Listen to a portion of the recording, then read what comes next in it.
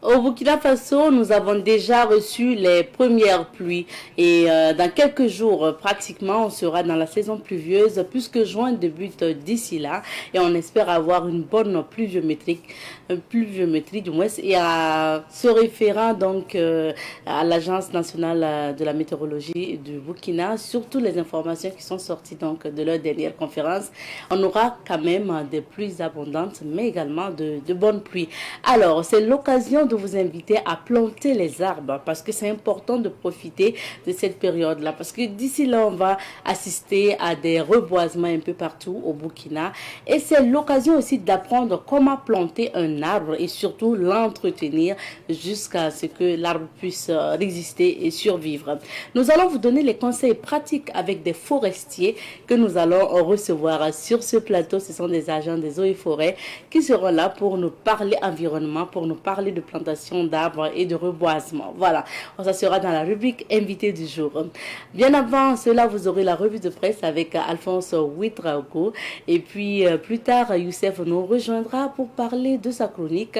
Aujourd'hui, on s'intéresse à un sujet intéressant, la jeunesse et le téléphone portable. En se référant toujours sur l'actualité, sachez qu'au Brésil, il y a un adolescent de 16 ans qui a tué ses parents et sa sœur parce qu'on lui a confisqué son téléphone portable. C'est une actualité qui nous a inspiré pour que nous puissions parler de ce thème-là, la jeunesse et le téléphone portable. Avec Youssef, on va revenir sur l'explication de ce cas-là, mais également donner les conseils à la jeunesse. Voilà, vous n'avez pas de raison de zapper, nous sommes ensemble à partir de maintenant jusqu'à 9h00. Madame, Messieurs, bonjour et bienvenue à ce nouveau numéro de l'émission Bonjour le Faso. Nous sommes ravis d'être avec vous. Alors on part tout de suite et maintenant pour la première rubrique et direction l'ENI, l'espace des nouvelles idées de Tenganougo dans la rubrique à la découverte de cette semaine. Nous partons à la découverte de cet espace-là parce que il y a quelques semaines, donc c'était le 19 mai dernier, vous le savez, le promoteur qui est Boubacar Zidadi Sinaba a procédé au dévoilement des statuts qui se sont rajoutés au niveau de l'espace des nouvelles idées, des statuts de personnages historiques, mais également les portraits des différents présidents qui ont marqué l'histoire politique du Burkina Faso, de Wézé Koulibaly à Ibrahim Traoré. Donc nous découvrons tout ça en images, mais surtout nous écoutons donc le premier témoignage concernant ces personnages historiques-là. Et nous allons écouter bien sûr le promoteur de cet espace, Monsieur Boubacar Zidadi Sidnaba. Et puis voilà, on revient pour la suite. Depuis 2012 que nous avons commencé la fondation, bon, on peut dire que ce cadre-là, pour dire que ça existe, pour moi, ce n'est pas encore fini les travaux. Nous sommes en phase de démarrage des travaux. Donc, ce cadre-là, bon, depuis 2012, ça existe, mais ça n'a pas encore atteint le niveau que nous escomptons. Nous nous considérons comme termitaires. Si nous vivons, nous ajouterons toujours la terre sur la terre. Donc, ce n'est pas étonnant que demain, vous venez trouver encore des changements, des rajouts. Chaque fois que nous avons les moyens, on ajoute quelque chose. Le projet n'a pas encore atteint 10% de ce que nous comptons faire. Et la raison qui nous a conduit à faire ces monuments, nous avons constaté que depuis plus de 6 décennies, nous avons passé tout notre temps à enseigner l'histoire d'autrui à nos enfants. L'école en parle de l'histoire d'autres personnes, comme si c'est eux qui sont meilleurs, supérieurs que les nôtres. À l'école, on parle souvent de Napoléon et d'autres personnes et qui n'ont rien à voir avec notre histoire. Donc, nous, on se dit que pourquoi pas les nôtres. Et si vous voyez l'alignement des monuments, il y en a jusqu'à 8, je pense. Et en commençant par la princesse Yenanga. Princesse Yenanga, bon, beaucoup quand même connaissent l'histoire de Yenanga, mais en dehors de Yenanga, les autres ne sont pas enseignés. Après Yenanga, vous verrez aussi les monuments de Bukari Koutou, Naba Wobgo. Naba Wobgo, je l'ai considéré comme immortel. Je me suis dit qu'il n'est pas encore mort. Il résiste toujours.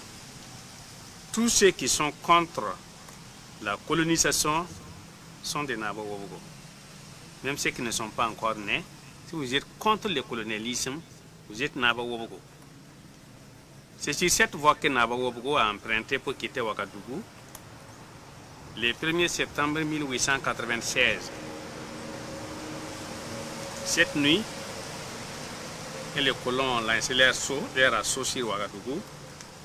Naba Wobogo voulait, après le conseil des ministres extraordinaires qui a tenu cette nuit-là, il a voulu aller lui-même rencontrer les colons à Laï, parce qu'il campait à Laï.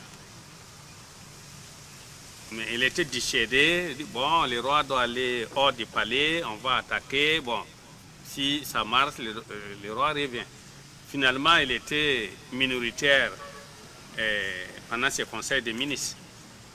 Bon, c'est ainsi qu'il a passé sur cette voie pour aller à Ponsomtenga. C'était son départ définitif, il n'est plus revenu. Il est resté en exil au Ghana jusqu'en janvier 1904. Vous voyez. Donc, c'est un devoir pour nous de l'immortaliser sur cette voie. Après Naba Wobogo, Moro Naba Bongo, qui est vraiment une personnage incontournable au Burkina Faso. Aujourd'hui, je ne parle pas de son rang, je parle de ses actions. Les actions de Moro Naba est vraiment positive pour l'éducation de nos enfants. Il ne cesse toujours de parler de l'éducation des enfants. Un jour, il m'a même dit, nous avons éduqué nos enfants, mais moi, je te propose d'éduquer les géniteurs des enfants. Aujourd'hui, les enfants sont plus éduqués que leur papa. Ce qui n'est pas faux d'ailleurs. Ce qui n'est pas faux. Bon, il y a les Moro Naba Bongo. Après les Moro Naba Bongo, vous avez les chefs de Tiankodogo. Naba Tigre de Tiankodogo. Naba Tigre est rien jusqu'à 2001. Bon, de 1957 à 2001.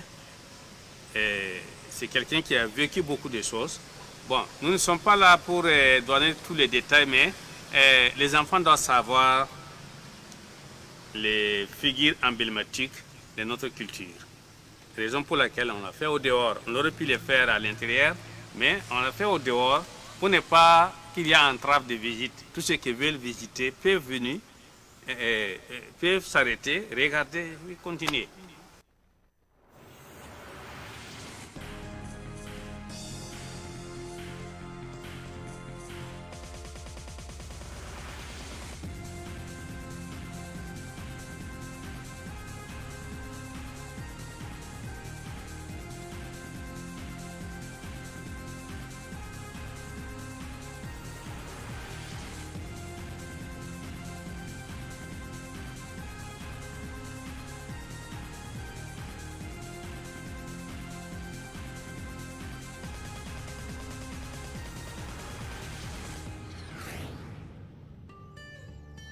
Savan TV, la télévision des nouvelles cités.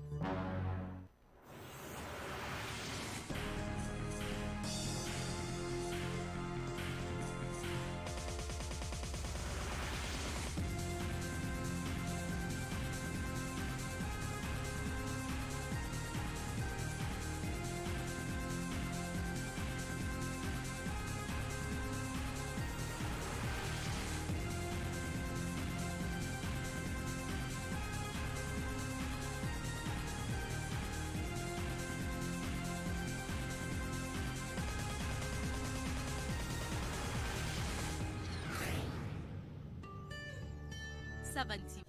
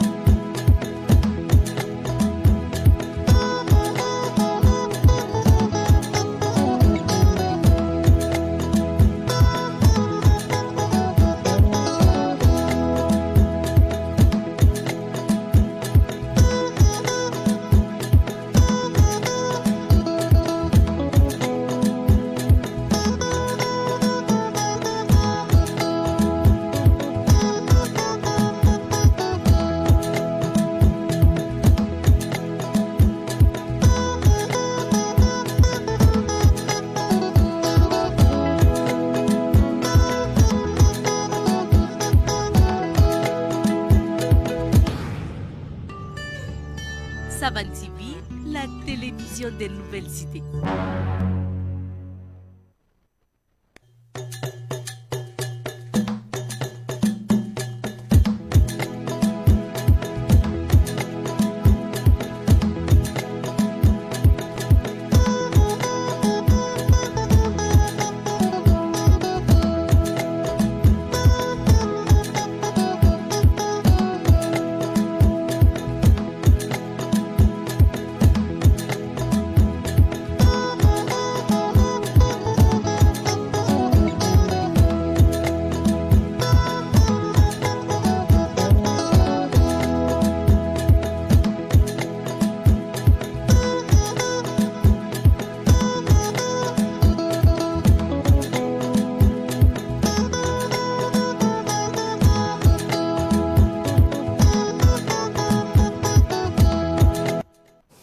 Et nous poursuivons avec l'émission d'aujourd'hui. Alphonse Ouitraogo est bien installé. C'est lui qui nous informe aujourd'hui et c'est à travers la revue de... Madame Nikiema, bonjour à toutes et à tous. Merci d'être là. Merci. Alors, on découvre les différents titres avec toi.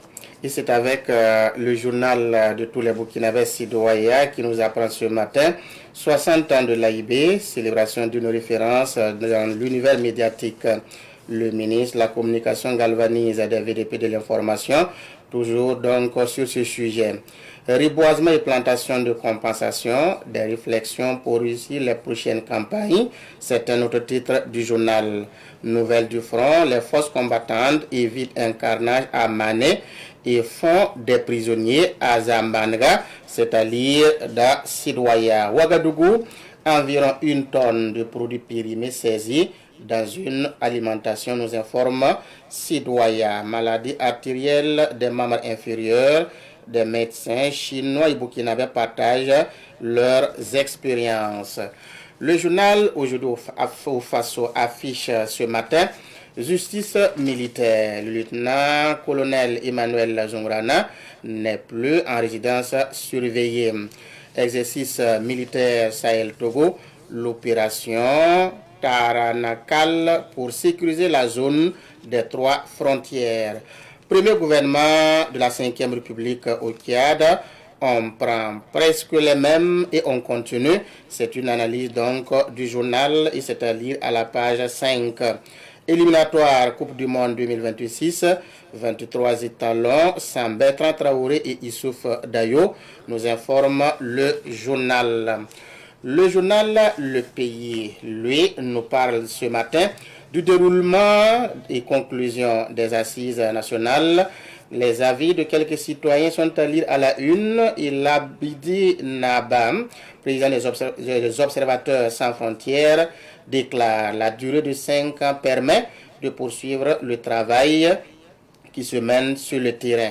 Pendant ce temps, François Béogo, coordinateur du GMP, lui déclare: c'est une invite au capitaine Traoré à mieux faire. Jean B. Kambo, étudiant, lui affirme: j'ai du respect pour ceux qui ont refusé d'y aller. C'est à lire dans ce journal Le Pays. Dans sa rubrique Révélation, le journal nous apprend: Somgandé à Ouaga, 1 tonne de produits contrefaits saisis. Éliminatoire Coupe du Monde 2026, Brahma Traoré dévoile sa liste et donne les raisons de la non-sélection de Bertrand Traoré et Issouf Dayo. Organisation du Hajj 2024, de bons points qui cachent mal des défis. C'est à lire toujours dans le journal Le Pays à la page 6. Le journal L'Observateur nous parle ce matin du mouvement d'humeur à la Lonabé et le journal nous apprend que le personnel veut la tête du DG. Assise nationale, regard croisé d'observateurs, c'est à lire à la page 2. Zoma Kwilga Iloa, petite taille mais grand attaquant, c'est un autre titre du journal. Éliminatoire Coupe du Monde, la liste des étalons, sans Bertrand et Dayo, c'est à lire à la page 18. Média 51 ans de l'Obs, c'est à lire à la page 6. Affaire l'événement contre Adama Sigré, nouveau renvoi au 24 juin prochain. Merci bien, Alphonse, pour la lecture de ces différents titres. On commence par l'actualité à la Lonabé. Des mouvements d'humeur à la Lonabé, la tête du DG réclamée.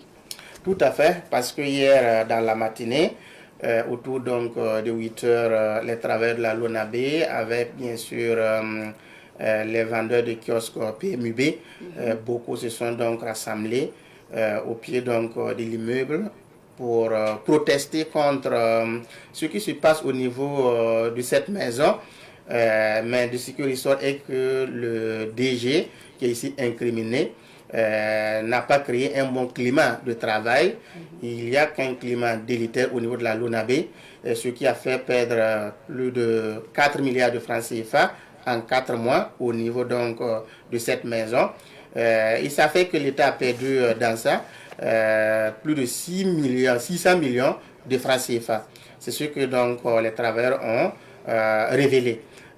L'autre élément est que les travailleurs manquent depuis quelques temps de matériel, des moyens, roulants, tout ce qu'il faut pour que le travail se passe dans de bonnes conditions. Il y a un manque. Et de ce fait-là, les travailleurs ont essayé de prendre langue avec le DG plusieurs fois. Le DG a été interpellé. Malgré tout, c'est le statu quo. Il n'y a pas eu de changement. Donc, je pense que c'est suite à cela que les travailleurs ont fait donc ce débrayage hier au niveau de la Lonabé pour protester. Et sur certaines images, vous voyez que ils ont écrit même sur le véhicule du DG pour dire que DG dégage vite. Ça montre à quel point ils sont pressés de sauver la maison, mais pas avec ce DG, mais avec une autre personne. Soit le DG, on n'a pas eu ces déclarations pour essayer de comparer. Peut-être que tout ce qui se dit n'est pas exactement cela, mais je pense qu'avec ce que nous entendons, il est important que le DG sorte du son de son silence, à la limite qu'il écoute le personnel, parce que ça y va de l'intérêt de tous les Burkinabés. Et comme le slogan de la Lonabé dit, les bénéfices, c'est pour tout le monde, mais le gain, c'est pour les parieurs. Donc je pense que ce n'est pas une maison dans laquelle il faut ramer à contre-courant, non, parce que c'est tout le Burkina qui gagne. On attendra de voir ensuite de près cette affaire. Deuxième sujet, justice militaire. Le lieutenant-colonel Emmanuel Zougrana n'est plus en résidence surveillée. Effectivement, c'est le journal Aujourd'hui au Faso qui nous rapporte donc cette information, que le lieutenant-colonel Emmanuel Zougrana n'est plus en résidence surveillée. Le journal tire donc la source de son information, de ce qui est ressorti donc au niveau de la justice militaire, parce que au niveau donc de la justice militaire, il y a cette chambre-là qui s'est statuée sur la question de résidence surveillée, parce que depuis quelque temps, Emmanuel Zougrana, qui avait été donc interpellé, qui était détenu à la Maka, puis en résidence surveillée, à sa demande, malgré tout, il n'a pas apprécié les conditions de sa résidence surveillée. Il a fait donc un appel et ce dossier a arrivé au niveau donc du tribunal. Et c'est en statuant sur cette question-là que la Chambre chargée donc de statuer sur cette question a jugé recevable la demande. Il n'y a pas de problème à ce niveau. Maintenant, au fond, la Chambre a estimé que elle retient, accepte partiellement les requêtes du lieutenant-colonel Emmanuel Zougrana, bien sûr avec ses conseils, et en conséquence, Emmanuel Zougrana ne sera plus donc en résidence surveillée, mais il sera libéré avec un certain nombre de conditions. Il y a cette question de pointage qui a été donc retenue. Tous les mardis, tous les lundis, mercredis, vendredis, je crois, il doit donc se présenter au niveau donc de la justice militaire et bien sûr au niveau du bureau du juge d'instruction pour montrer que il est toujours là, il n'a pas fui, mais il reste toujours à la disposition de la justice. L'autre condition, c'est qu'il ne peut pas sortir hors de la ville de Ouagadougou ou de Pabré où il réside sans se signaler au niveau donc du juge d'instruction. Donc ça c'est aussi une autre condition. Et la condition la plus redoutable, c'est qu'il ne doit pas entrer en contact avec les membres, l'unité de Mama Vert. Une unité qu'il commandait quand il était le commandant du 12e rite à Ouaïguya. Donc, il commandait ces éléments appelés les Mama Verts. Il ne doit pas avoir contact entre Emmanuel Zoungrana et puis ces éléments-là. Donc, c'est ce qui a été retenu, entre autres, comme condition, qui ont aussi abouti à cette mise en liberté, comme le journal le révèle. Mais est-ce qu'aujourd'hui, à l'instant T, le lieutenant-colonel Emmanuel Zoungrana a été bel et bien libéré? On n'a pas encore cette information, mais c'est ce qui est ressorti donc comme décision au niveau de la justice militaire. On attendra de voir aussi. Alphonse, aujourd'hui, tu donnes ton avis sur les assises nationales et tu pointes du doigt l'absence du quota genre dans le gouvernement comme à l'Assemblée. Tout à fait, parce que les assises nationales qui sont donc tenues à Ouaga 2000, tout le monde attendait les conclusions, mais ce qu'on a pu lire de gauche à droite, on n'a pas donc eu cette information-là que pour la question du quota géant, c'est ressorti. Non, ce qu'on a pu avoir, c'est qu'au niveau de l'ALT, il y a quand même un nombre de postes affectés aux différents groupes, que ce soit au niveau des OSC, au niveau des politiques, le nombre qui a été donné au chef de l'État pour désigner des membres qui vont siéger au niveau de l'ALT. Tout compte fait, on a vu le dispatching qui a été fait. Malheureusement, on n'a pas évoqué la question du quota genre, ce qui allait permettre une bonne représentativité des femmes au niveau donc de l'ALT, parce que l'ALT actuelle, on n'avait pas plus de 10 femmes. C'est à se demander si ça vaut 10 femmes. Donc, ça a été un oubli dénoncé par les femmes. Et je crois que ça, en principe, on devait revenir sur cette question-là. Faire en sorte que parmi les entités, qu'elles soient au niveau des OSC, à défaut de faire 50-50, par rapport au nombre de postes qui a été affecté à ce groupe-là, mais qu'on tienne compte, en tout cas, de cette catégorie. Que ce soit au niveau du quota, 20 personnes seront désignées par le chef de l'État, qu'on fasse en sorte qu'au moins 30% soient des femmes qui seront désignées, que ce soit au niveau des partis politiques, les 12 qui sont donc donnés, 12 postes, qu'on tienne compte de ça, pour que les femmes soient vraiment représentées comme il se doit. Vous savez qu'il n'y a que les femmes qui peuvent vraiment soulever leurs préoccupations. Et je pense que même si on n'a pas expressément évoqué cette question-là, comme on n'a pas encore désigné, il faut tenir compte de cela au moment donc de la désignation des membres qui vont siéger au niveau de l'ALT. C'est important. C'est important. Sinon, on ne comprend pas pourquoi élargir, augmenter le nombre, si l'idée n'est pas vraiment de tenir compte de la représentation des femmes, la forte représentation des femmes. Merci pour cette analyse. C'est toujours d'actualité. Que ça soit au niveau du gouvernement, oui, il faut en tenir compte. Ça l'aide bien. Ça l'aide bien d'ailleurs. Pourquoi pas 30%? Voilà, pourquoi pas. Enfin, bon, on verra bien, Alphonse, si ça permet de rééquilibrer les choses. En attendant, on termine en sport et on s'intéresse aux étalons. Donc, la liste des 23 joueurs pour les prochains matchs des étalons est connue, mais sans Bertrand Traoré et Issoufou Dayo. Oui, sans Bertrand Traoré et Issoufou Dayo.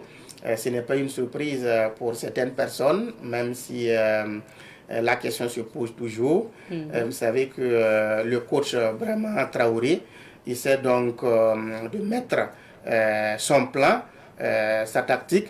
Donc, il sait ce qu'il fait. Il a appelé 23 joueurs et parmi eux, il y a des joueurs qui ont déjà joué la CAN passée, comme les Edmond Tapsoba, comme d'autres comme les Dango Ouattara, comme Mohamed Konaté et bien d'autres.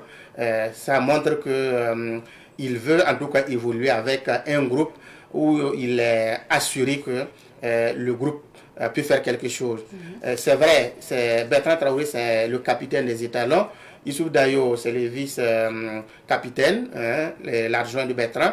Les deux n'ont pas été appelés. Et ce qui étonne, c'est leur performance lors des rencontres récentes au niveau de leur club.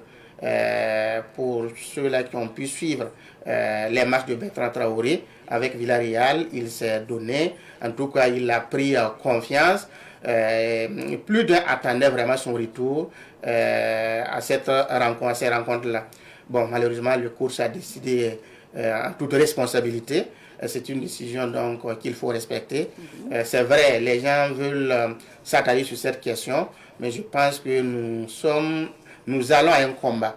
Et on ne peut pas aller à un combat étant donc divisé, en restant donc sur des débats qui ne nous font pas avancer.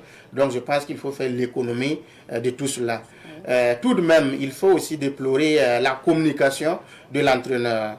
Je ne sais pas qu'est-ce qui se passe si il communique mal ou bien c'est sa façon de communiquer, mais je pense qu'il peut améliorer sa communication.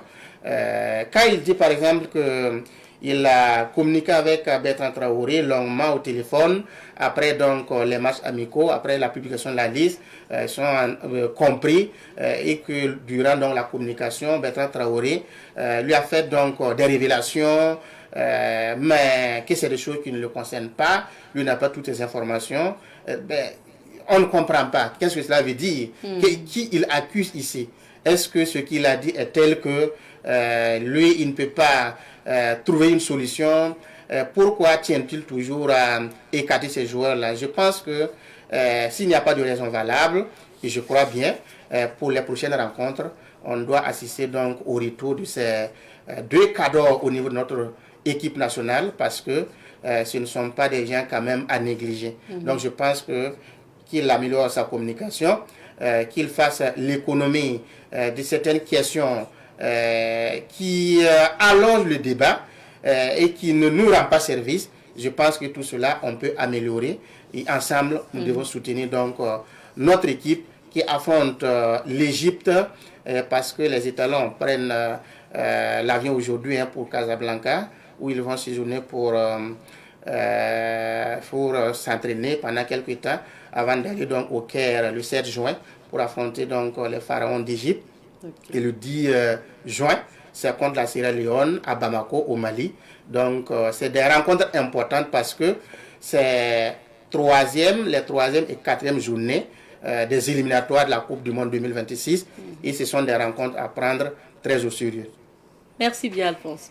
Mais il faut signaler que Hervé Kofi rejoint. Oui, Hervé Kofi a signé son retour, effectivement. Okay. Voilà, lui il est en très bonne forme. Merci beaucoup. On va maintenant parcourir les villes d'affaires pour découvrir les couleurs du... La société IP+ vous offre la météo des affaires.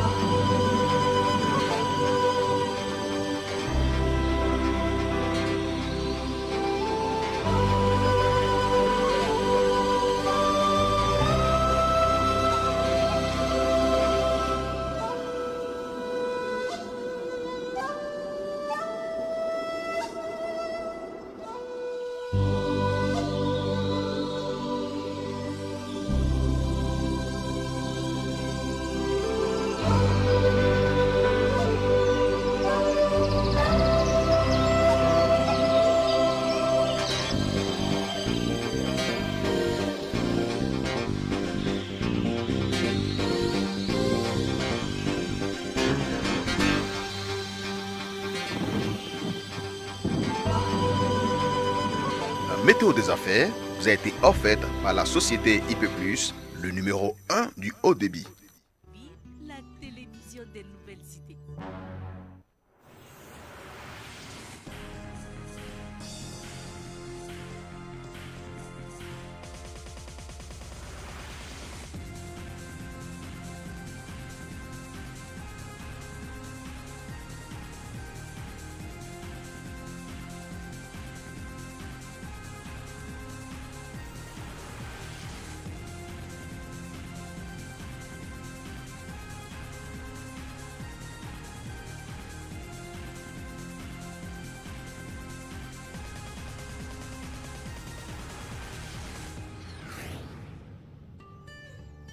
Savan TV, la télévision des nouvelles idées.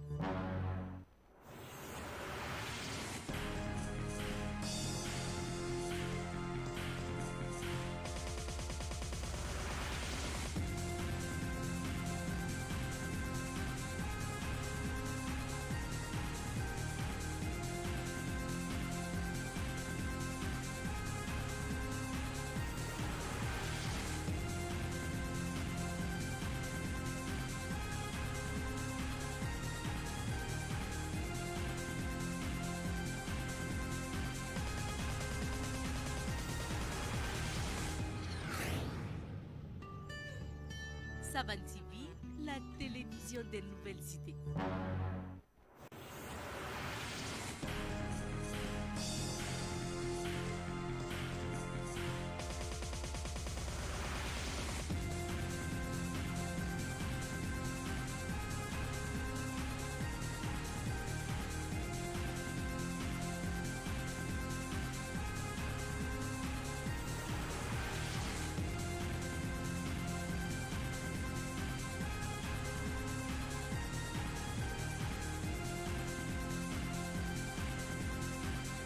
Nous poursuivons avec l'émission d'aujourd'hui. Je vous l'ai dit, aujourd'hui, on va vous donner des conseils pratiques pour planter et entretenir donc les arbres et surtout comment en fait protéger l'environnement. Nous sommes avec des environnementalistes.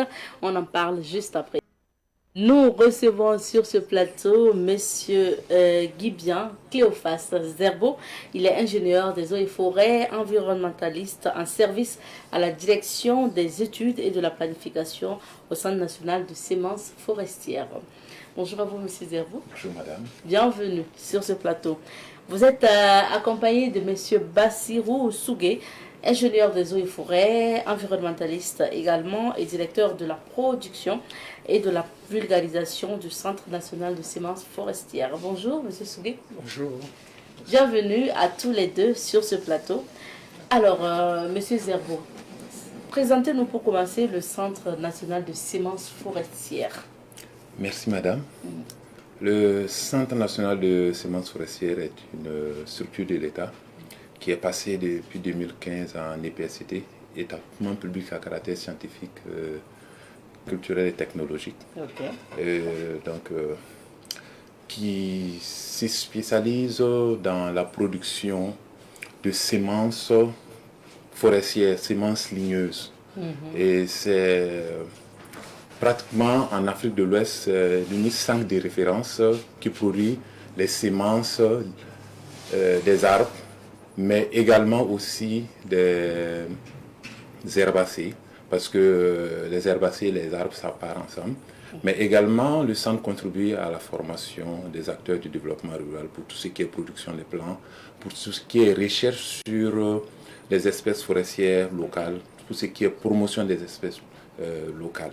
Et le centre a été créé à la suite de la grande sécheresse de 1970 pour pouvoir aider vraiment à lutter contre la désertification et aussi à faire la promotion des espèces locales. Vous avez parlé d'arbres, vous avez parlé également de... j'ai oublié même la notion de sémences. Des semences. Non, oui, pas de semences. D'herbacées. D'herbacées. Oui, c'est oui. quoi en fait la différence? Les herbacées, c'est généralement tout ce qui est herbe, pour dire simplement. Ok. Voilà, il y a différentes herbes, il y a différentes espèces. Et généralement, ça s'accompagne parce que lorsque les terrains sont nus, oui. nous enherbons pour diminuer l'érosion éolienne et l'érosion hydrique. Et quand c'est comme ça facilite aussi la repousse. Et quand la couverture, le sol a une couverture végétale, c'est aisé pour la végétation de renaître. Et il y a une micro-flore, une micro-faune qui se développe. Et facilement, ça joue aussi le rôle de régulateur des températures. Ok. Alors, M. Sougué, on continue avec le Centre national de semences forestières. Quelles sont en fait les missions d'un tel centre? Merci d'abord pour la parole de nous avoir invités. J'allais dire que le centre, nous, nos missions se répartit en 4 grands groupes.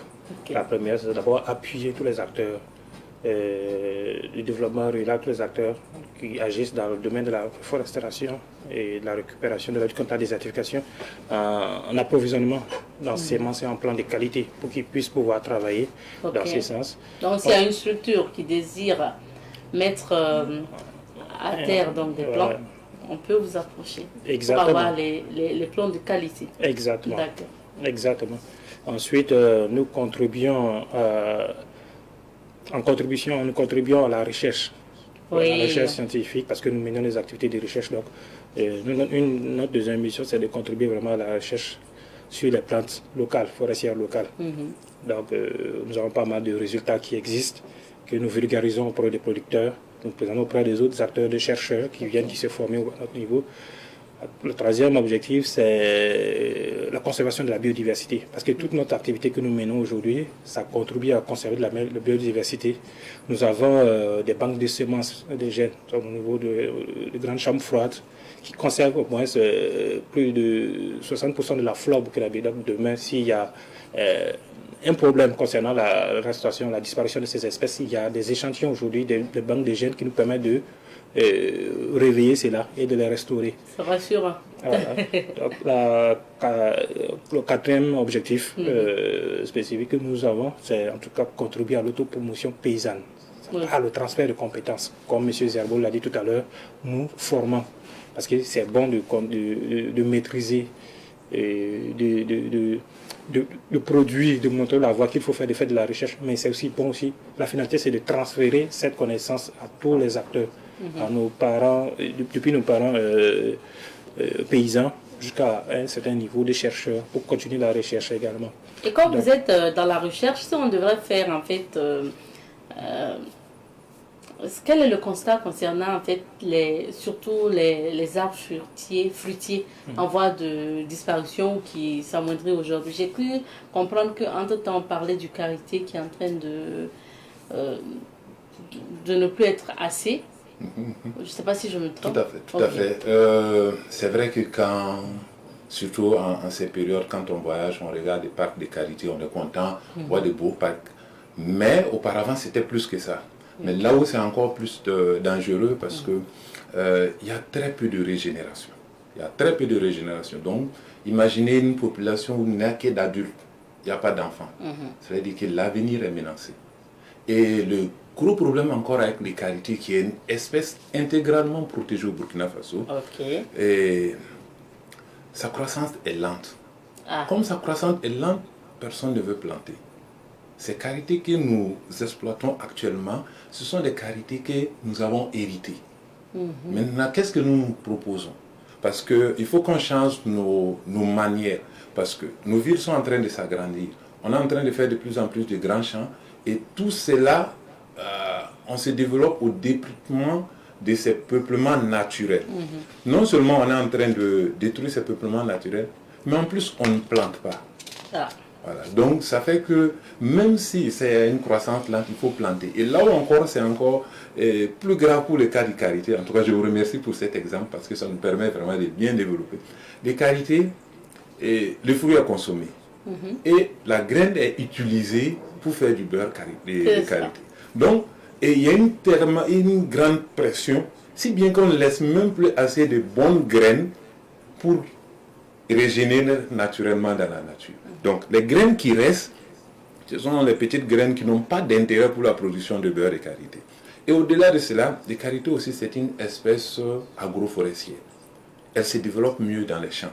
Donc, l'espèce est associé aux cultures. Maintenant, avec la modernisation de l'agriculture, les outils aratoires ont changé. Très peu utilisent de nos jours la daba. C'est la charrue, c'est les tracteurs et tout ça. Donc, ce sont des machines qui arrachent les jeunes repousses. Ça peut contourner les grands arbres, mais les jeunes repousses sont arrachées. Donc, c'est vraiment, c'est ce que je dis, je vous remercie pour cet exemple qui nous permet de tirer l'alarme sur la question. Il nous faut planter surtout nos espèces locales, parce qu'on n'a même pas encore fini de capturer, de conserver la diversité naturelle qui existe. Vous rentrez dans un champ, vous allez voir des karités qui ont 2 noix, il y en a qui ont 3 noix, il y en a qui sont sucrés, il y en a qui ont la chair jaune. Tout ça là, peut-être que dans ces champs-là, c'est les spécimens uniques qui existent à 200 km à la ronde. Et un jour, on va venir couper ça, alors qu'on n'a pas eu à conserver cela. L'autre problème, c'est justement, voilà, vous l'avez dit, je vous prends au mot, le fait qu'on coupe aujourd'hui donc nos arbres, qu'on coupe et que souvent on ne replante pas. Qu'est-ce que vous pouvez dire à la population concernant ce phénomène qui est toujours d'actualité? Soit on veut construire, soit on veut aménager ceci ou cela, mais on coupe, on continue de couper. Merci vraiment, comme je l'ai dit, pour répéter aussi, comme mon collègue, M. Zerbo. En tout cas, c'est un fléau qui est là, qui nous inquiète tous. Voilà, ça nous inquiète tous. Il y a tellement de conséquences, même sur l'avenir de notre biotope, si je peux le dire, pour dire notre environnement direct dans lequel nous vivons tous.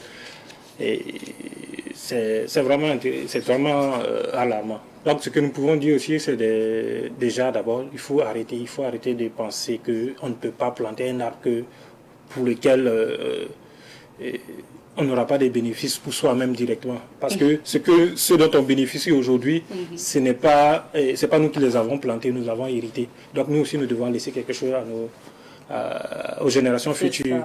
Donc il faut éviter de couper et de détruire le peu existant et planter aussi. Et pour ils ont des difficultés, il faut approcher des structures appropriées, compétentes, qui en ont, telles que le Centre national des semences forestières qui est là pour accompagner des populations. Chaque année, nous formons assez de gens en technique de production de plants. Il y a certaines associations féminines sur le karité qui sont dans la transformation aujourd'hui, qui ont un peu compris, qui reviennent au CNSF pour se former. D'autres, avec l'intermédiaire de certains projets, ils demandent à être formés. Donc, il y a la compétence. Ceux qui veulent apprendre, ils peuvent le faire. Et comme solution, qu'on a essayé de trouver aussi par rapport au problème de karité, c'est, parce qu'on vous l'a dit tantôt, on fait de la recherche. La recherche qui va dans le sens d'améliorer nos espèces locales. En tout cas, pour aider à encourager les acteurs à planter, nous avons une technique d'amélioration qui est le griffage. Aujourd'hui, nous faisons le griffage de karité qui est maîtrisé au niveau du Centre national des semences forestières. Ça vous permet de non seulement, principe de griffage, raccourcir le cycle de production. Pour un arbre qui doit faire plus de 5 ans et plus de 20 ans avant de produire, on peut le raccourcir à partir de 5 ans. À partir de 5 ans, déjà, il donne les premiers fruits. Vous allez le voir et au fur et à mesure, vous continuez à contribuer. Et l'avantage aussi de cette technique aussi, ça permet de transférer immédiatement les qualités que nous recherchons sur l'arbre. Par exemple, si c'est un arbre, une karité que vous appréciez pour la chair ou bien pour le beurre de karité, vous savez que l'amande produit de beurre de karité. Parce que nos parents au village savent ça. Ils connaissent les écotypes, les arbres, les ethnovétérans qui produisent très bien, qu'ils utilisent mais le moment elles excluent certains arbres. Il y a certains arbres pour lesquels donc quand c'est comme ça, ils choisissent, on peut les reproduire pour avoir le produit recherché, le caractère recherché, que ce soit la pulpe jaune, intéressante, sucrée, ou bien ce soit pour la menthe, on peut faire ce griffage-là pour le mettre à la disposition. Donc on peut planter le karité aujourd'hui où l'on veut, même à domicile. C'est-à-dire s'il y a un champ qui est très loin, qui est loin de votre domicile, qui est au champ, vous pouvez le répliquer et puis on le greffe, on vient le planter à domicile, que ce soit prêt. Il faut juste approcher les experts. Monsieur Zerbo, vous vouliez ajouter? Oui, ce n'est pas que le karité seulement, des baobabs par exemple aussi, voilà, des baobabs, des pins de singe. Nous aimons tout, nous aimons aussi la sauce de feuilles de baobab. Par exemple, tout cela, ce sont des espèces sur lesquels on est en train de travailler pour sélectionner les meilleurs individus. Selon que vous voulez soit produire du pain de singe ou bien produire des feuilles, voilà, on peut vous faire des propositions. Et puis l'autre, pour inviter surtout à planter, parce que très souvent on a l'autre argument, les parcelles sont petites, tout ça. C'est vrai. Non, parce qu'on peut planter. On peut planter même sur 1 mètre carré, parce que en fond, il faut rendre des cadres agréables. Et je crois que cette année, la chaleur que nous avons vécue à Ouaga, nous tous, nous avons vu l'importance de boiser, de végétaliser nos domiciles. Donc, il faut approcher les structures, vous venez, et il faut intégrer ça même dans les plans de la maison. Parce que quand les gens font les plans, toute la parcelle est occupée. Et après, maintenant, on court pour aller derrière les manguiers, sous les manguiers. Alors qu'on peut créer un petit cadre agréable chez soi. Dans d'autres pays, on a vu, ils ont des petites parcelles, 150 mètres carrés, mais malgré tout cela, il y a un petit jardin. Ok. Alors, c'est bien que les recherches se fassent à votre niveau et qu'aujourd'hui, vous pouvez justement, en termes de formation, d'accompagnement, aider les structures à mieux donc, faire les reboisements. Alors, nous sommes pratiquement à quelques jours, on va le dire, du temps de l'hivernage, si on peut le dire comme ça. En ce qui concerne la plantation des arbres, M. Zerbo, est-ce que c'est la bonne période d'abord ou bien il faut attendre un peu encore? Pour la plantation des arbres, ça va dépendre de où. À domicile, quand on peut arroser, on peut planter à n'importe quel moment. Ok, si c'est à domicile, on peut planter à n'importe quel moment. Voilà, très souvent, on fait les reboisements, ça ce sont les sites où on n'a pas l'occasion d'arroser, donc on met ça en fonction du calendrier des pluies. Quand la saison des pluies s'installe, on part planter pour que les arbres bénéficient du maximum d'eau de pluie pendant la saison et pour pouvoir tenir pendant la longue saison sèche qui va venir. C'est ça. Sinon, quand on a les moyens d'arroser à domicile ou bien quand on a une ferme où on peut arroser, on peut planter à n'importe quel moment. Maintenant, donc, on prend le cas donc, des champs un peu éloignés de la maison. Est-ce que c'est la bonne période où on attend que les prochaines pluies tombent encore? Ça va dépendre des zones. Okay. Voilà, je pense que quand on descend vers Bobo, la pluie est déjà installée.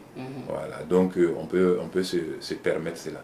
En fait, c'est difficile de donner un programme pour tous les pays. Maintenant, c'est en fonction des réalités. Quand on voit que vraiment la pluie s'est installée, on voit qu'il y a la verdure un peu partout, il y a l'herbe un peu partout. Voilà, on plante. Mais et dans ça aussi, il faut planter correctement. Okay. Il faut planter, bien creuser, laisser une cuvette tout autour, de telle sorte que quand il pleut, il y a l'eau qui reste au pied de l'arbre pendant un certain bout de temps. Même s'il y a plusieurs jours sans pluie, il y a une réserve d'eau qui permet à la plante de tenir. Et c'est à quoi il faut faire attention aussi, parce que les plants, généralement, viennent de la pépinière. En pépinière, souvent on arrose matin et soir. Et quand on vient planter, c'est fini. Donc ça fait un sévrage un peu brut. Donc c'est ce qui fait que généralement on aime planter tout juste quand on sait qu'il veut pleuvoir, soit avant la pluie ou bien après la pluie. Là en ce moment la plante ne sent pas trop le stress parce qu'il y a l'humidité. Mais s'il n'y a pas de pluie, si on peut arroser, c'est tant mieux. Mais c'est de faire dans une période où vraiment la saison est bien installée et surtout bien de faire techniquement, ne pas oublier la cuvette au pied pour que ça puisse emmagasiner assez d'eau. D'où ma question, comment planter? C'est vrai que vous avez commencé à expliquer, mais qu'est-ce qu'il faut ajouter? Expliquez-nous concrètement, qu'est-ce qu'il faut mettre, est-ce qu'il faut creuser jusqu'à combien de... voilà.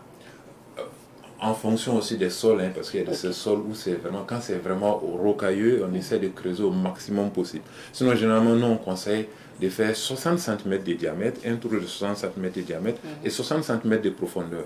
En creusant, la première couche superficielle qui est la terre arable, on met ça de côté. Ensuite, le sol, on met ça d'un autre côté.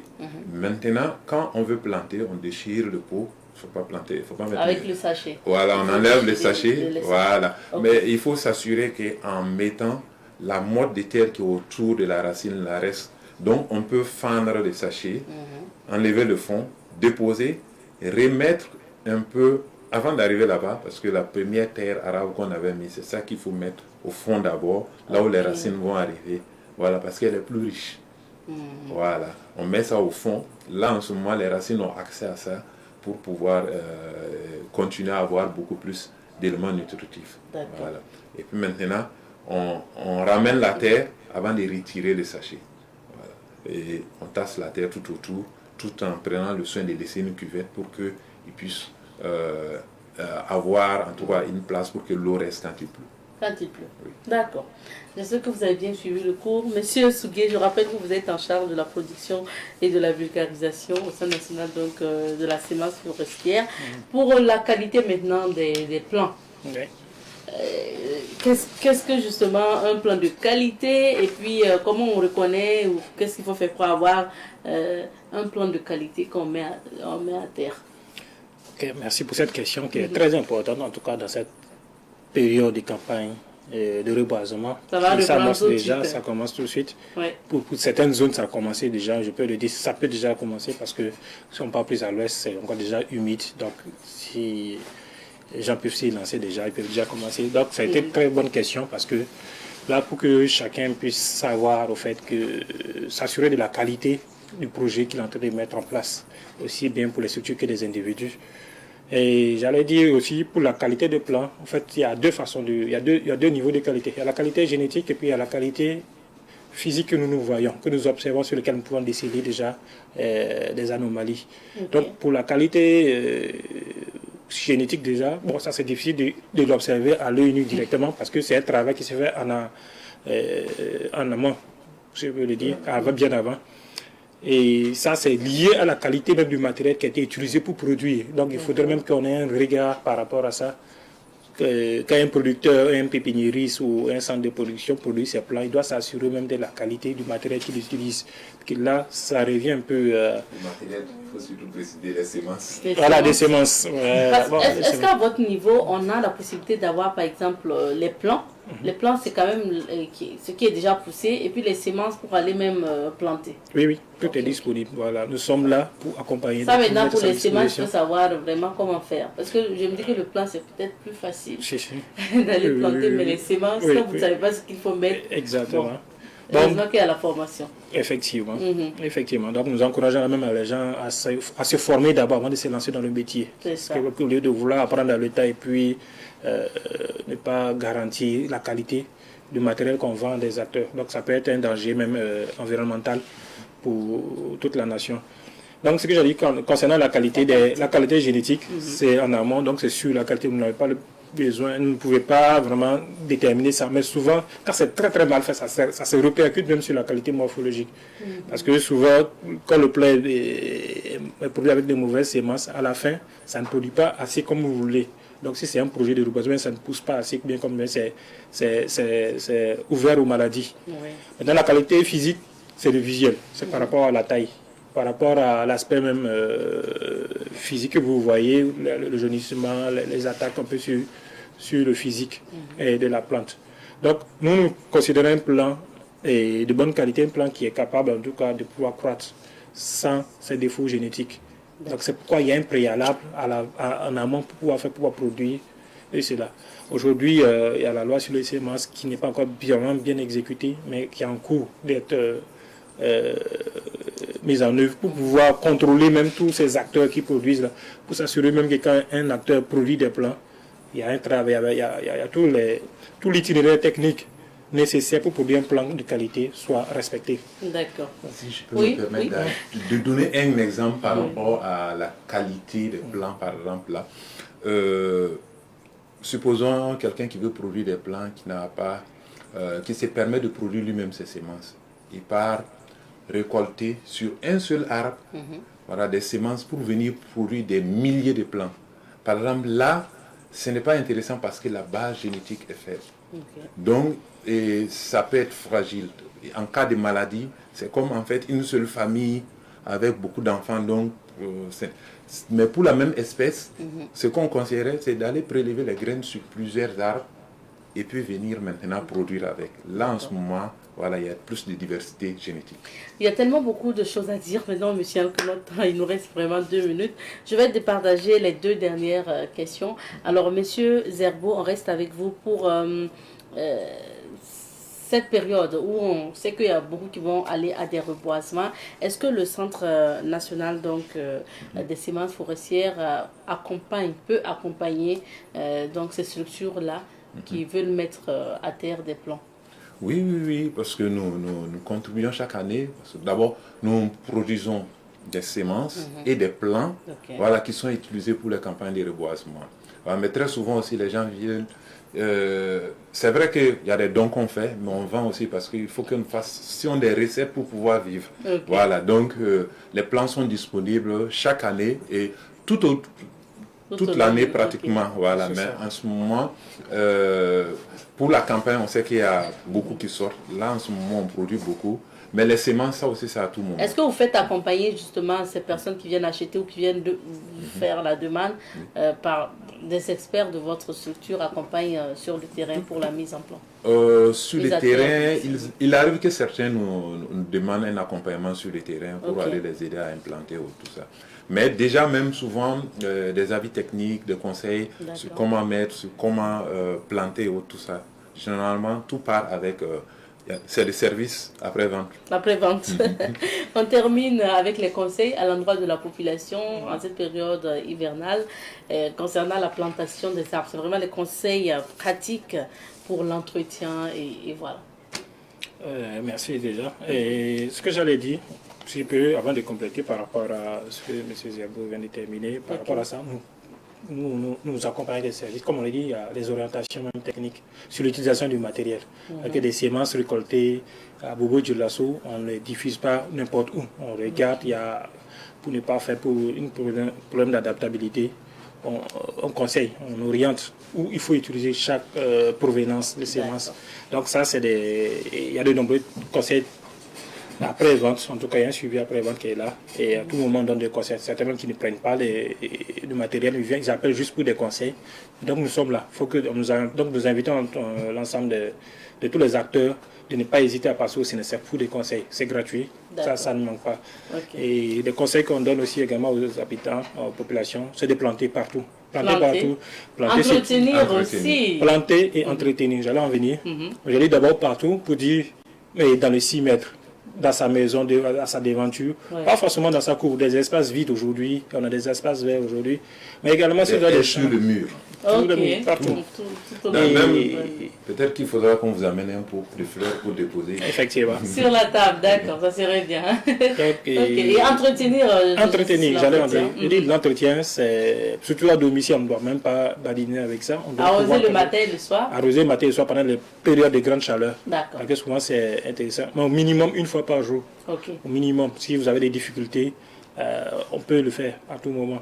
Une fois par jour et suivre très bien. Protéger contre les animaux, parce que ça aussi c'est un fléau. La divulgation dans les 6 mètres et autres, ça c'est vraiment un fléau. Et peut-être sensibiliser la population aussi, peut-être s'ils peuvent essayer de revoir avec les animaux et éviter que ça détruise. Aujourd'hui, cette année, il y a eu des vagues de chaleur qui ont vraiment impacté nos vies. Voilà, notre cas de vie, nos conditions, on a été vraiment touchés. Aujourd'hui, il y a plein de vieux qui en ont souffert. Et les gens ne savent pas évaluer ça, alors que c'est lié. Si on avait fait le minimum qu'il fallait par rapport à notre environnement. D'accord. Maintenant, pour des besoins de renforcement des capacités, nous profitons de lancer un appel que, en fait, le CNSF a organisé une session promotionnelle de formation en technique de production de plants. Voilà, qui va débuter, ça n'a pas encore commencé, en début juin, donc du 4 au 6. C'est une session promotionnelle pour avoir les BABA de production de plants en technique pour la production de plants de qualité. Donc nous invitons tous les amoureux des plantes à passer. S'inscrire. Merci beaucoup, Mission, que notre temps est terminé. On aura d'autres occasions. Alors, merci d'avoir suivi cet entretien qui s'achève maintenant. On marque une petite pause et on revient pour la suite.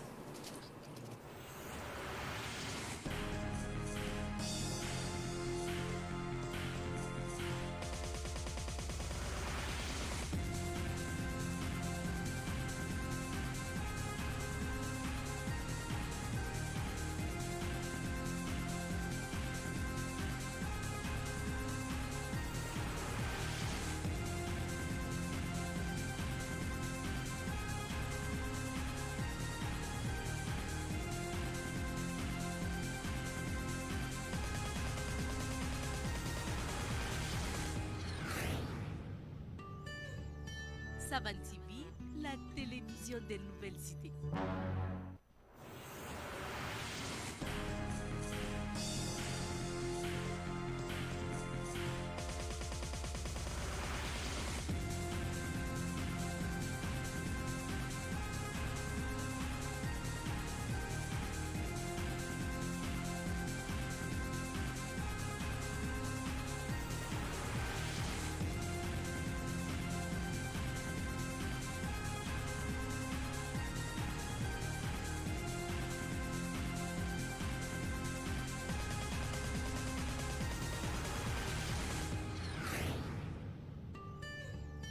Savan TV, la télévision des nouvelles idées.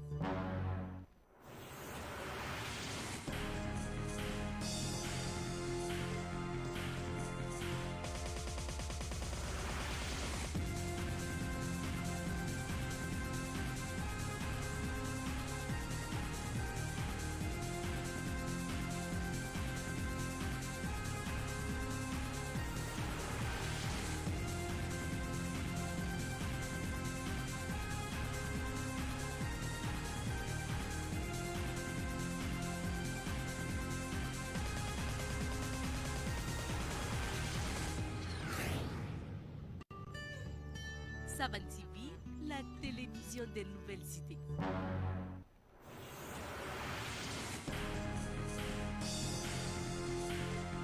Pour la suite de cette émission, nous nous intéressons aujourd'hui à tous ceux qui, après donc leurs examens, souhaiteraient étudier au Canada. On a la possibilité ici avec la responsable de U-Canada de vous donner des conseils pratiques pour que sa structure puisse vous accompagner donc à avoir des bourses d'études et autres. Alors, nous sommes avec Fabiane Sawadgo, elle est responsable de U-Canada. Bonjour. Bonjour. Bienvenue. Merci de me recevoir. Merci d'être là. Est-ce que Fabiane elle-même a étudié au Canada?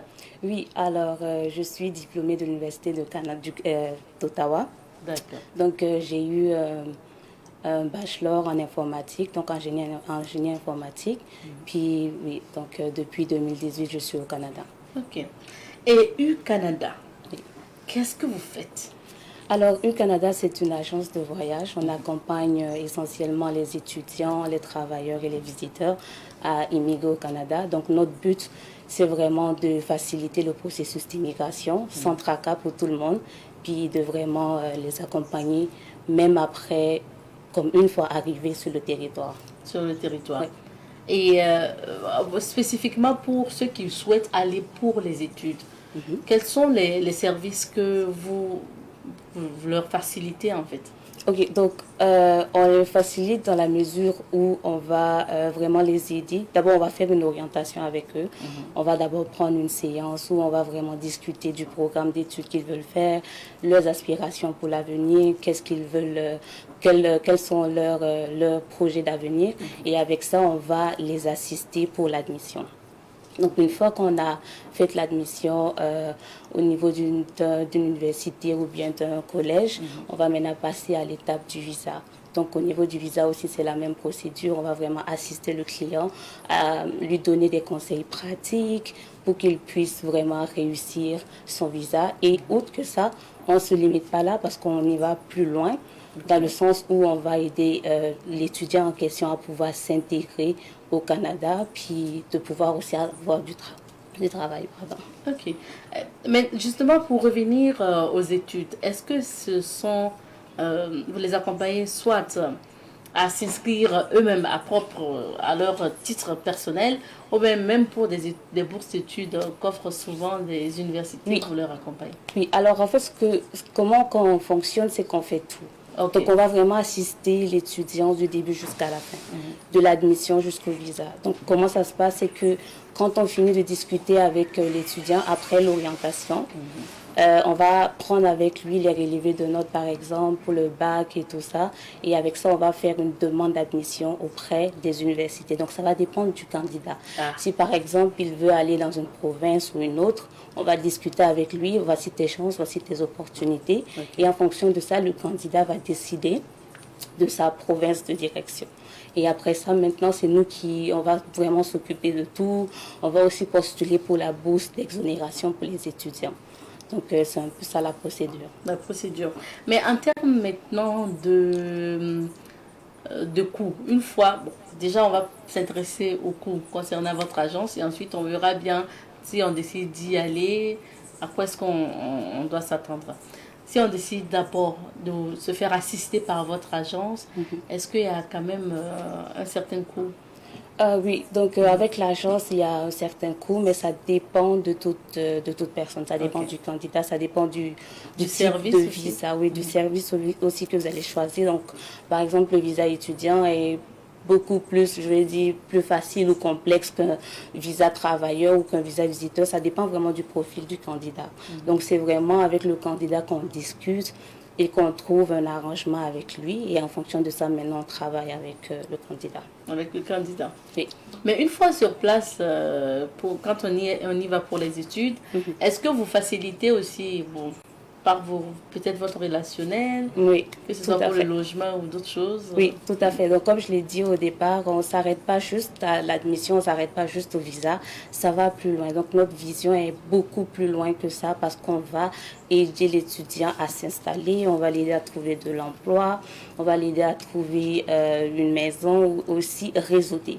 Parce que vous savez, le réseautage, c'est vraiment quelque chose de très important, notamment quand on arrive dans un territoire qui n'est pas très, très connu. C'est toujours important de réseauter, c'est toujours important de savoir à qui on a affaire, comment est-ce que la vie fonctionne. Parce que les études au Canada, c'est tout un autre monde qu'ici. Donc, c'est pas du tout la même chose. Il y a vraiment beaucoup de similarités, c'est vrai, mais il y a beaucoup de différences. Donc, c'est mieux de toujours réseauter, de savoir comment s'y prendre, avec qui parler et tout ça. Ok. Maintenant, quel est l'avantage qu'on a en passant par votre agence pour aller faire ses études au Canada? Donc, l'avantage de travailler avec U-Canada, c'est que moi, déjà, je partage mon expérience. Ok, parce que vous-même, vous oui, exactement. Étudié. Donc, quand je suis arrivée, par exemple, je parle de mon expérience, j'avais beaucoup de difficultés, notamment à m'installer.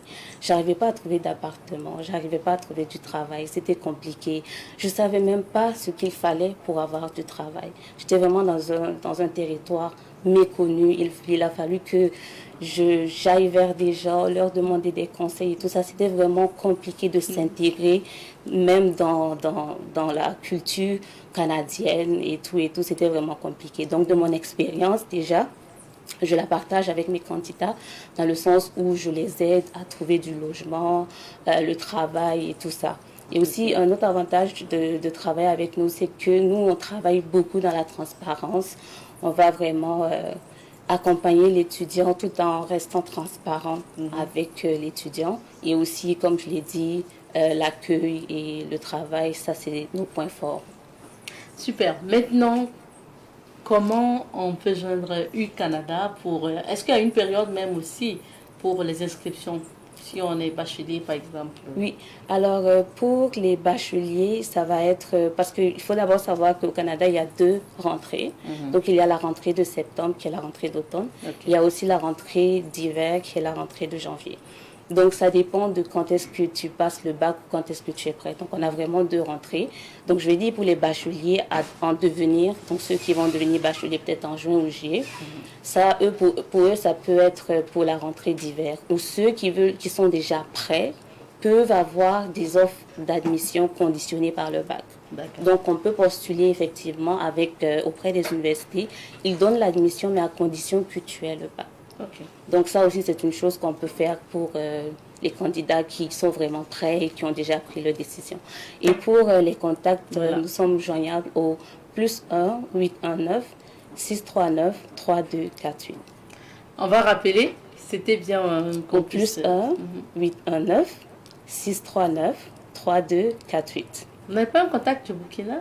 Oui, alors le contact du Burkina, ça sera le 65 68 12 94. 65 68 12 94. Ok. Est-ce que vous avez peut-être un siège au Burkina? Non, on n'a pas encore de siège au Burkina, mais c'est quelque chose qui va venir d'ici la fin de l'année. Donc il faut juste joindre les contacts. Vous êtes disponible sur Facebook ou d'autres plateformes? Oui, donc nous sommes disponibles sur Facebook, Instagram et Snapchat sous le pseudonyme de U-Canada 01. U-Canada, en fait, c'est le U. Oui. Lettre U. collé à Canada. Exactement. Super. Merci beaucoup. Et puis, bonne chance pour la suite. Merci beaucoup. Merci que vous allez avoir assez d'étudiants pour cette année. Merci. Merci. Restez avec nous. Nous allons vous accompagner avec ce micro-trottoir concernant le thème de Un œil sur la société. C'est une question à double tranchant. D'une part, on pourrait dire qu'elle n'est pas bonne pour la grande majorité du commun des mortels. Ça pourrait en tout cas être une source de distraction pour les élèves et les empêcher de mieux se concentrer à l'école. Mais d'une autre part également, le téléphone portable de nos jours, avec la mondialisation qui est là, ça pourrait aider les élèves dans les recherches pour qu'ils puissent s'améliorer à l'école. L'âge de l'élève, les élèves ont impact également sur l'utilisation du téléphone. Si on a un âge majeur et on sait pourquoi on utilise le téléphone, ça pourrait en tout cas aider, comme je l'ai dit précédemment. Mais les élèves qui sont très jeunes, l'utilisation du téléphone a plus d'inconvénients en tout cas pour eux que des avantages, selon moi. Au moins, un enfant qui se trouve en seconde pourrait utiliser le téléphone pour des recherches dans les exposés et autres, dans les matières scientifiques, il pourrait retrouver des formules qu'il n'a pas retrouvées en classe, qui pourraient l'aider dans les exercices et les évaluations futures. Bon, si mon enfant est au classe de CM2, 3e, 6e en allant, avant que je lui donne le téléphone, je veux savoir, avec lui-même, s'il tient le téléphone, qu'est-ce qu'il va faire? Il faut toujours savoir ça avant de lui donner. Parce que ça ne permet pas de donner un téléphone à un enfant qui va partir à l'école. Plutôt même c'est les téléphones qui gardent les enfants à l'école.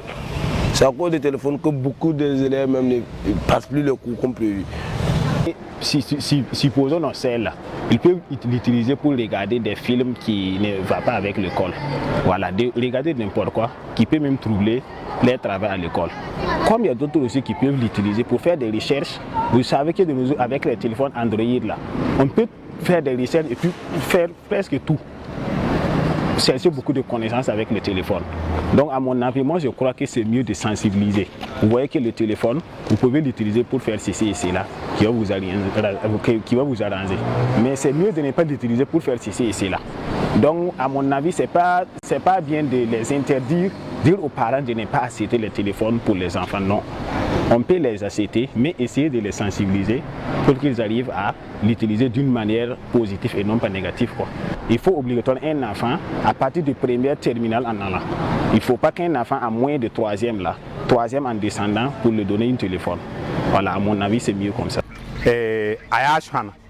Ni bi ni nga hen ni nga jugun datin karme yi be ne da mam to ho a telephone na tin kitamta a bangna ta get bi ni bi da bangna ti koronga yi facilité ne na king tori juga men ta aliga de exercice na mabe an pom be media na mbafa ta kiri get bi ti manaka da koronga. Merci bien à vous pour vos avis en fait concernant le sujet du jour. Youssef est bien installé pour la chronique Un œil sur la société. Bonjour Youssef. Bonjour Abzeta. Bienvenue. Merci. On parle du téléphone portable et des élèves, l'utilisation donc du téléphone portable par les élèves ou sinon par la jeunesse en général. Alors Youssef, on sait que très souvent au Burkina, les établissements d'enseignement interdisent l'utilisation du téléphone portable. Pourquoi c'est toujours d'actualité? Pourquoi on en parle aujourd'hui? Il faut dire que quand on utilise le téléphone portable, c'est pour faire des recherches. Et dans les différentes écoles du Burkina Faso, il y a toujours l'interdiction du téléphone portable. Et pourtant, à l'heure du numérique, on est en train de vouloir promouvoir le numérique dans le système éducatif. Donc, il y a le contraire qui est là. Donc, en ce moment, les enfants l'utilisent, mais ils se cachent dans les écoles. Donc ça fait qu'il faudrait qu'on en parle pour que le ministère, à travers ses conseillers techniques et ses organes-là, essaie de voir dans quelle mesure ils peuvent changer la donne pour que le téléphone puisse être utilisé dans les écoles et être encadré. Parce que vous ne pouvez pas dire qu'on promouvoit l'utilisation du téléphone portable et on interdit. Donc l'interdiction est toujours là. Donc, il faudrait qu'ils échangent On fait la promotion de l'utilisation des TIC, donc notamment les ordinateurs et quoi pour les recherches, pas forcément du... Bon, c'est vrai que le téléphone portable fait partie des TIC aujourd'hui, les smartphones, les tablettes, tout ça, ce sont des TIC. Donc, ceux qui n'ont pas... il faut réguler. Il faut réguler. Ceux qui n'ont pas les moyens de payer les smartphones et les ordinateurs, les téléphones portables, on peut mettre les applications là-dessus. D'ailleurs, même le ministère a conçu des applications, on va en parler, pour les élèves. Mais s'il n'y a pas cette interdiction, les enfants ne peuvent pas utiliser le portable à la maison. À la maison, si on peut. Mais à l'école, quand tu viens, il faut qu'on dépose avant d'entrer. Malheureusement, ce n'est pas le cas. Les élèves cachent toujours et rentrent avec les téléphones. En principe, c'est quoi l'utilité en fait, du téléphone portable dans le processus d'apprentissage de l'élève? Quelles sont les fonctions, par exemple, du téléphone qui peuvent permettre à l'élève de s'améliorer, d'améliorer en fait son apprentissage? Bon, quand on prend en général l'utilité du téléphone portable, c'est un moyen, c'est un outil de travail. Aujourd'hui, avec la crise sécuritaire, il y a que le ministère, à travers ses partenaires et ses directions techniques-là, ils ont développé certaines astuces-là pour pouvoir enseigner à distance. Mais c'est à travers le téléphone portable et les tablettes, les TIC en général. Maintenant, aujourd'hui, quand on prend les téléphones portables, vous savez qu'il y a tout à l'intérieur. Il y a le dictionnaire qui est là-bas, il y a les WhatsApp qui sont là-bas. À travers le téléphone, le dictionnaire, on peut faire des recherches, des mots. Voilà. Et à travers le WhatsApp, on peut faire échanger des documents. Je peux ne pas aller à l'école. Et vous qui êtes allé à l'école, vous m'envoyez un document sur mon téléphone et je télécharge et je fais mon exercice et je ramène au professeur. Ça, c'est déjà utile. Et la torche aussi, dans certaines mesures, ceux qui sont dans des contrées un peu loin, où il n'y a pas le courant, quand il y a coupure, même ceux qui sont dans les où il y a le courant, quand il y a coupure, c'est la torche du téléphone qu'on utilise, que les enfants utilisent pour apprendre les leçons. Donc vous voyez que c'est utile. Quand on va plus loin, il y a le calendrier, il y a l'horloge, même au niveau du second cycle là, on permet même d'utiliser le téléphone portable pour faire les maths, le PC là. Voilà, le second cycle on utilise. Donc vous voyez que on permet seulement d'utiliser le téléphone pour faire les calculs. En ce moment, sur Internet et Facebook aussi, il y a des recherches aussi là-bas que les enfants aussi utilisent pour faire la distraction. Donc, en un mot, le téléphone est utile si elle est bien utilisée. Si le téléphone est bien utilisé plutôt. Alors, malheureusement, on remarque que ce n'est pas pour l'apprentissage que beaucoup utilisent le téléphone portable. Ils utilisent moins pour l'apprentissage que pour d'autres choses. Parlons maintenant de la mauvaise utilisation du téléphone portable par les élèves. Bon, la mauvaise utilisation, c'est quoi? Quand c'est pas encadré, et les enfants utilisent les téléphones pour faire beaucoup de choses qui ne sont pas catholiques, comme on vient de dire. Il y a des films porno, vous savez qu'il y a tout à travers le téléphone portable. Donc, il y a des films porno que les enfants regardent qui ne sont pas à leur âge. Il y a aussi que les enfants s'organisent pour dire qu'il y a des... Je vois souvent sur les réseaux sociaux, il y a des tontines sexuelles. Voilà, vous voyez. Et je vois aussi qu'à travers ça, il y a la consommation de la drogue, que les enfants se changent, se messengent, tout ça. Et ça amène d'autres enfants à y aller dans ces différents réseaux-là. Et ce n'est pas bien pour leur organisme et pour leur développement. Donc le téléphone est nuisible à un certain moment si ce n'est pas bien utilisé. Quand c'est bien utilisé, il y a des avantages. Mais quand c'est mal utilisé, il y a des inconvénients.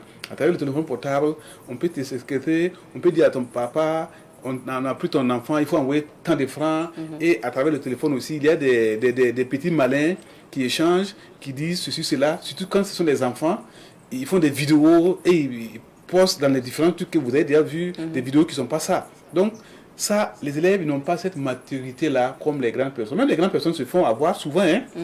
Voilà, donc c'est ça le côté nuisible de l'utilisation du téléphone portable par la jeunesse et surtout par les élèves de nos jours. D'accord. Ça, c'est pour les élèves et spécifiquement pour les élèves en classe d'examen. On sait qu'on tend vers la période d'examen. Quel conseil aussi à l'endroit de ces élèves sur l'utilisation du téléphone portable et des réseaux sociaux? Et pour les élèves qui sont en classe d'examen, le téléphone est un outil de travail qu'on peut utiliser pour bien réussir si le téléphone est bien utilisé. Vous savez qu'aujourd'hui, il y a des professeurs et des enseignants qui mettent tout dans le téléphone portable. Je vous ai dit tantôt que le ministère a conçu des applications pour le système éducatif, la 6e en terminale. Mais comme il y a l'interdiction d'utiliser le téléphone portable, ça fait qu'aujourd'hui, on ne peut pas donner ces applications-là aux enfants. Donc, il faudrait que le ministère essaie de voir ce côté aussi pour lever la mesure. Maintenant, à la porte des examens ici, les enfants qui doivent bosser, ils doivent essayer de voir les différents côtés positifs du téléphone portable là, pour pouvoir réussir.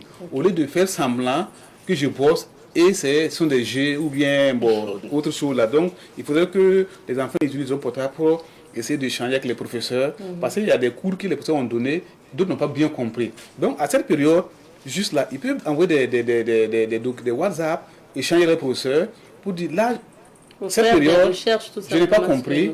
Est-ce que vous pouvez m'expliquer? À travers le téléphone, on peut s'expliquer. Et maintenant, allez-y dans telle période et recherchez ici.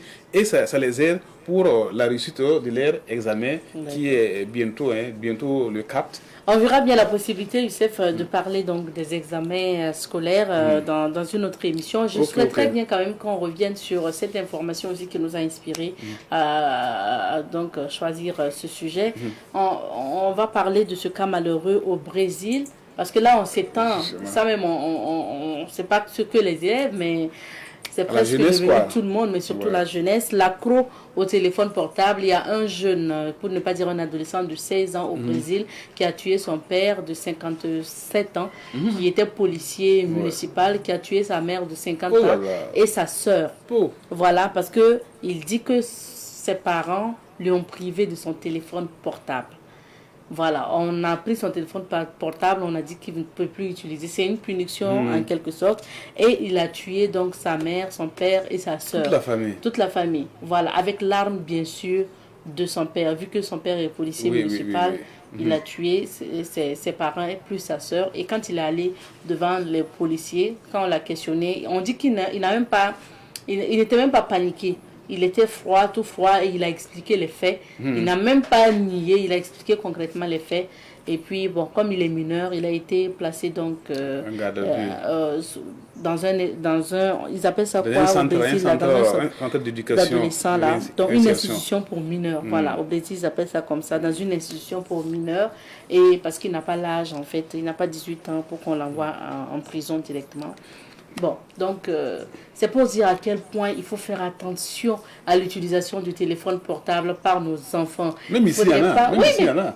Voilà, au Brésil, parce qu'ils ont tué. Ici, il y a des familles aussi, quand on prive les enfants des téléphones portables à la maison, il y a des problèmes. Tu vois? Voilà, ici même, il y en a. C'est vrai qu'on n'est pas encore arrivé à dire qu'ils ont tué, mais c'est ce qui se passe dans les concessions là, quand si on vous dit, parce qu'ils ont pris le portable d'un élève ou d'un enfant, les parents, surtout les parents nantis là, ils ont des problèmes. Hein. Moi j'ai appris qu'il y a une fille qui a fugué parce qu'on lui a retiré son téléphone portable. Elle a quitté la maison et puis c'était encore des recherches. Merci bien Youssef, on aura encore d'autres occasions pour parler des examens scolaires ou encore l'accro au téléphone portable par tout le monde. Et merci à vous aussi de votre fidélité à Bonjour le Faso.